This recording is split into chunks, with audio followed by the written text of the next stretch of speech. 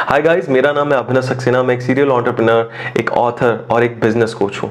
और अभी रिसेंटली मैंने एक वीडियो बनाया था क्लाउड किचन पे, जिसको बहुत ज़्यादा आप लोग ने प्यार और सपोर्ट दिया। Thank you so much for that. नहीं देखा है तो प्लीज़ आई पे क्लिक करके ये वीडियो देखिए, आखिरी तक देखना।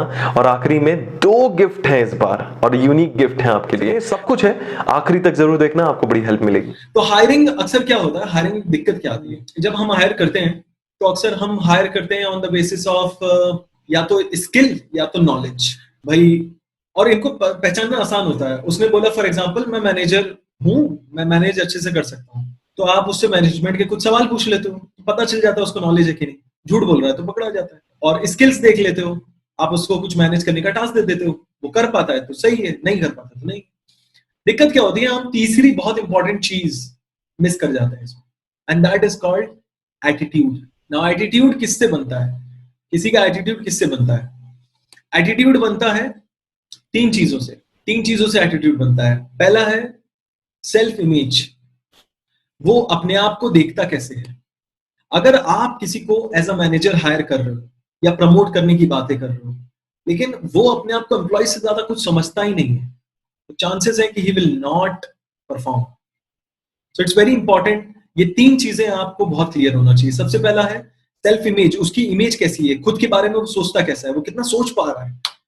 दूसरा है मोटिव, उसका इंटेंशन क्या है, उसका मोटिव क्या है, वो क्या करना चाहता है लाइफ में। आप उसको शायद कुछ और डायरेक्शन देना चाह रहे हो, लेकिन उसका इंटेंशन कुछ और ही था। So it's not going to work. So so that's why three things. पहला है सेल्फ इमेज, दूसरा है एटीट्यूड, एंड तीसरा है ट्रेट। क्या तीसरा है? ट्रेट।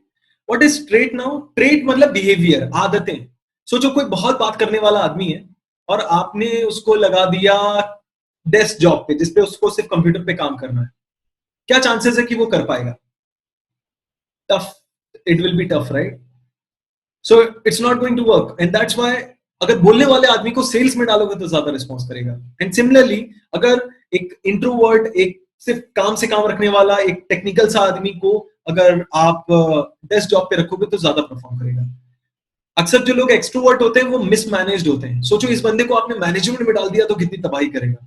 एक्सट्रोवर्ट तो था, एनर्जी बड़ी अच्छी थी, आपने इंस्पायर हो गए, इंप्रेस हो गए, आपने मैनेजमेंट में डाल दिया, अब नहीं चलेगा। So it's very important, it's very important that's why कि आप उसको चूज करते समय इस चीज का ध्यान रखें कि सेल्फ इमेज, मोटिव और ट्रेट उसका सही हो। अब इसके लिए हम क्या करेंगे वो मैं बताता हूं। ओके, नाउ इसको मैंने एट्रीब्यूट लिस्ट बोला। ये आपको एट्रीब्यूट्स देखने हैं जब किसी को हायर करें। इसको मैंने तीन लिस्ट में आइडेंटिफाई किया है। पहली लिस्ट है ब्लू। ब्लू में आप खुद लिस्ट बनाइए उन आइटम्स की जो आपको चाहिए, जो एट्रीब्यूट, जो चीजें आपको चाहिए। भैया बंदा पॉजिटिव हो, ये आपको चाहिए, है ना। और ये मैं अगेन, मैं ग्राउंड लेवल स्टाफ की बात नहीं कर रहा हूं, मैं व्हाइट कॉलर स्टाफ की बात कर रहा हूं। या अगर अगर ब्लू कॉलर स्टाफ भी है तो एटलीस्ट बेसिक चीजें तो आपको उसकी समझनी पड़ेगी। कैसा उसकी सोच है, मानसिकता कैसी है। एक नेगेटिव एनवायरमेंट, आदमी एनवायरमेंट नेगेटिव ही करेगा। नो मैटर, वो हो सकता है सिर्फ और सिर्फ एक छोटा सा काम करने वाला ही बंदा हो, बट वो कोशिश करेगा कि किस तरह नेगेटिव होगा। सो कोशिश करें कि ये कुछ लिस्ट बना लें। तो ब्लू में वो आइटम्स आएंगे, वो चीजें आएंगी, वो फैक्टर्स आएंगे। ब्लू में वो फैक्टर्स आएंगे जो कि हर आदमी में होने चाहिए। पॉजिटिव होना चाहिए, मोटिवेटेड होना चाहिए, लर्निंग ओरिएंटेड होना चाहिए, ये वो फैक्टर्स होंगे। रेड, ये होना ही नहीं चाहिए, ये साथ ये चीजें इसमें नहीं होनी चाहिए, नेगेटिव फैक्टर्स आएंगे। और ग्रीन में फॉर एग्जांपल आपने एक मैनेजर हायर किया तो उसको भाई कंप्यूटर चलाना चाहिए, टेक्नोलॉजी फ्रेंडली होना चाहिए, सॉरी लर्निंग ओरिएंटेड होना चाहिए। सिमिलरली अगर आप सेल्स के बंदे को हायर कर रहे हैं तो एक्सट्रोवर्ट होना चाहिए, किसी से बात करने में शर्म ना आए, शाई ना हो, आउटगोइंग पर्सनालिटी हो, करिज्मेटिक हो। ये कुछ ट्रेड्स लगेंगे।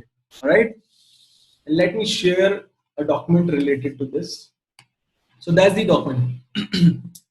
अभी मैंने आपको कहा था ना, ब्लू के लिए आपको आइटम्स लिखने की जरूरत है। यहाँ मैंने कुछ सैंपल्स आइटम ऑलरेडी आपको लिखे हुए हैं। एम्पैथी, करुणा होनी चाहिए, लर्निंग एबिलिटी होनी चाहिए, सीखने के लिए इच्छुक होना चाहिए, केयरफुलनेस होनी चाहिए, लिसनर होना चाहिए। Alright, so what are these are all the traits that are required. So blue, red क्या नहीं होना चाहिए? वेगनेस, फोकस नहीं है, दिक्कत है। लॉयल्टी नहीं है, दिक्कत है। इनडिफरेंट है, दिक्कत है, डिफरेंस है। बहुत ज्यादा हाँ में हाँ मिलाता है, दिक्कत है। डिसऑर्गेनाइज है, दिक्कत है। एरोगेंस है, दिक्कत है। अब्यूजिव है, दिक्कत है। तो ये हो गया रेड जोन। और ग्रीन में वो चीजें आ जाएंगी, अगेन वो टास्क स्पेसिफिक होगा तो वैसी आ जाएगी। ऑलराइट, तो फॉर एग्जांपल मैनेजर के लिए हमने लिखा है फ्रेंडली होना चाहिए मैनेजर आदमी, ईगर टू लर्न होना चाहिए, एबिलिटी टू हैंडल होना चाहिए नेगेटिव सिचुएशंस को, लीडरशिप होनी चाहिए, केयरफुलनेस होनी चाहिए, डिसिप्लिन होना चाहिए। नाउ अब इस पे आते हैं कि ये बात सर सुनने में तो अच्छी लग रही है, लेकिन ये पता कैसे करेंगे? किसी से पूछेंगे हाँ भाई पॉजिटिव हो, कहेगा हाँ सर बिल्कुल पॉजिटिव हो, उसको तो हायर होना है ना। तो ये पूछे कैसे, ये पता कैसे करें? तो उसके लिए I have created another thing, and that thing is called star interviewing model. Okay, star interviewing model. Now what is this model? So star interviewing model, ये आप गूगल पे जाके सर्च कर सकते हो। इस पे आपको बहुत सारे ऐसे क्वेश्चन मिलेंगे जो इनडायरेक्ट क्वेश्चन होते हैं, लेकिन वो आपको बता देंगे जो आपको जानना है। हायरिंग लोगों को करनी नहीं आती, कसम से। मेरी आईटी कंपनी जो इससे पहले थी, उसमें भी यही दिक्कत थी। हम लोग हायरिंग करना नहीं जानते थे, जिसकी वजह से गलत लोग हायर कर लेते थे, जिसकी वजह से कंपनी खराब हो जाती थी एक टाइम बाद, क्योंकि स्टार्टिंग हमने गलत की है। How many of you find this make sense? This is the root guys, this is the foundation. अगर आपके लोग हैं, लोग मिलकर ही कंपनी बनाते हैं, लोग ही गलत हायर की, चांसेस नहीं है कि आपकी कंपनी सर्वाइव करेगी। And that's why it's very important. So star interviewing model. Now for example कुछ क्वेश्चंस लिखे मैंने ढूंढ के, आप भी ढूंढ सकते हो, अपनी रिसर्च खुद करें। आपको क्या चीज पता करना है, उससे रिलेटेड क्वेश्चन ढूंढें और उसका क्या मतलब है। यूट्यूब पे जाके सर्च करेंगे तो वीडियोस में मिलेगा। Okay, for example biggest mistake जो आपने की हो और उससे क्या सीखा आपने, ये सवाल आप पूछते हो तो क्या होगा? अगेन आपको ये भी पता होना चाहिए कि इससे पता क्या चलेगा मुझे। तो ये क्वेश्चन आप क्यों पूछ रहे हो? क्योंकि आप देखना चाहते हो क्या वो अपनी गलतियां अपनाता है, मानता है। क्योंकि मैं, कई लोग ऐसे भी बोलेंगे सर ऐसे कोई मिस्टेक तो की ही नहीं मैंने, कोई बड़ी मिस्टेक हुई नहीं मुझसे। मतलब ये नहीं उसने मिस्टेक नहीं की, मतलब ये है कि वो एडमिट ही नहीं करता, या। और जिसने बोला मिस्टेक की थी और ये सीखा, मतलब वो सीखता अपनी मिस्टेक से। तो हम्बल है क्या एक्सेप्ट करने के लिए, या फिर दूसरों पे इल्जाम लगाने की टेंडेंसी? सर मुझसे मिस्टेक नहीं हुई, वो तो मेरे पार्टनर ने ऐसा कर दिया, बॉस ने ऐसा कर दिया, एम्प्लॉय ने ऐसा कर दिया, टीम ने ऐसा कर दिया। ठीक है, सो ये आपको पता चलेगा। Have you worked with someone who you did not like and was difficult to get along?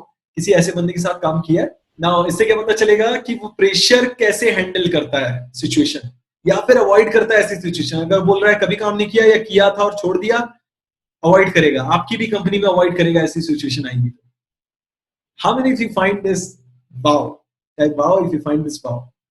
Indirect question, आप सवाल कुछ पूछ रहे हो, पता कुछ और कर रहे हो। Are you getting it? क्योंकि कोई सीधे मुंह आंसर नहीं देगा आपको, आप पूछते रह जाओ भाई तुझे ये है क्या, नहीं बोलना ही नहीं उसको। How many of you find this like crazy? This entire hiring thing is crazy.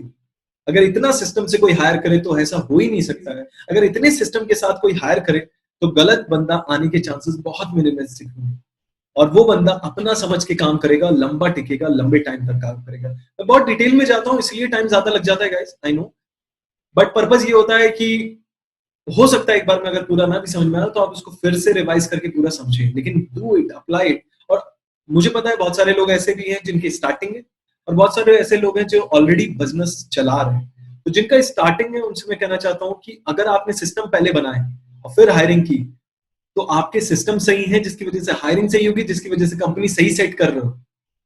अक्सर लोग ये कहते हैं कि सर पहले टीम तो हो तब तो सिस्टम बनाएंगे। नहीं, सिस्टम पहले बनता है, उसके लिए टीम हायर होती है।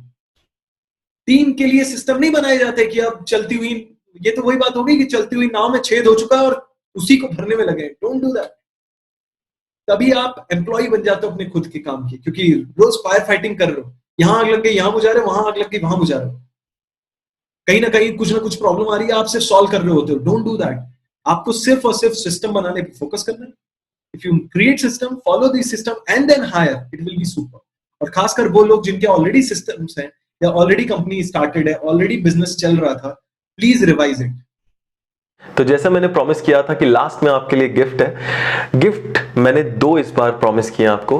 मैंने 2 चीजें की हैं, खासकर क्लाउड किचन वालों से बात कर रहा हूं, या रेस्टोरेंट ओनर हो या केटरिंग बिजनेस वाले हो, किस तरीके से क्लाउड किचन से आप पैसा कमा सकते हो। और इसके लिए बहुत रिक्वेस्ट आ रही थी कि पर्सनल हेल्प कर लीजिए, पार्टनरशिप कर लीजिए, मुझे ये बता दीजिए, वो बता दीजिए। मैं नहीं कर पा रहा था ऑनेस्टली गाइस, बैंडविड्थ इतनी नहीं थी, 2000 से ज्यादा रिक्वेस्ट आ गई।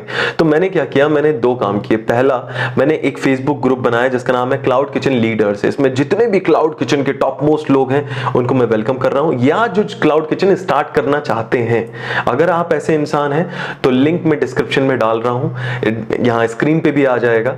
इस लिंक को आप एज इट इज टाइप करें या डिस्क्रिप्शन में जाकर क्लिक करेंगे तो आपको फेसबुक ग्रुप का एक्सेस मिल जाएगा। प्राइवेट ग्रुप है, सबके लिए नहीं है। तो आपको एक फॉर्म पूछा जाएगा, फॉर्म भरिएगा, then only you can be part of that group. पहला। दूसरा, मैंने एक व्हाट्सएप का वीआईपी ग्रुप बनाया है।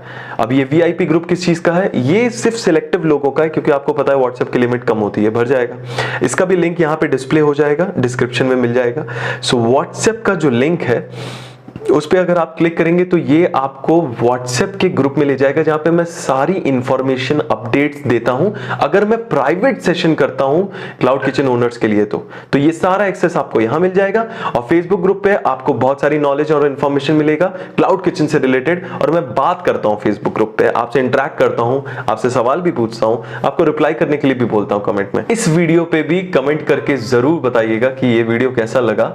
और अगला, आप क्लाउड किचन से रिलेटेड कुछ अगर सीखना चाहते हो या जानना चाहते हो तो कमेंट करके जरूर बताना। अगर आपका कमेंट बेस्ट लगेगा तो मेरे पास और भी बहुत गिफ्ट हैं, आप समझ रहे हो ना मेरी बात।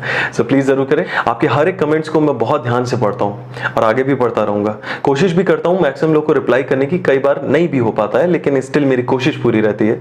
सो हर बार की तरह अच्छे सवाल पूछने के लिए, कमेंट्स करने के लिए, हमारे वीडियोस को लाइक करने के लिए, शेयर करने के लिए, सब्सक्राइब करने के लिए, हमें मोटिवेट करने के लिए, थैंक यू सो मच।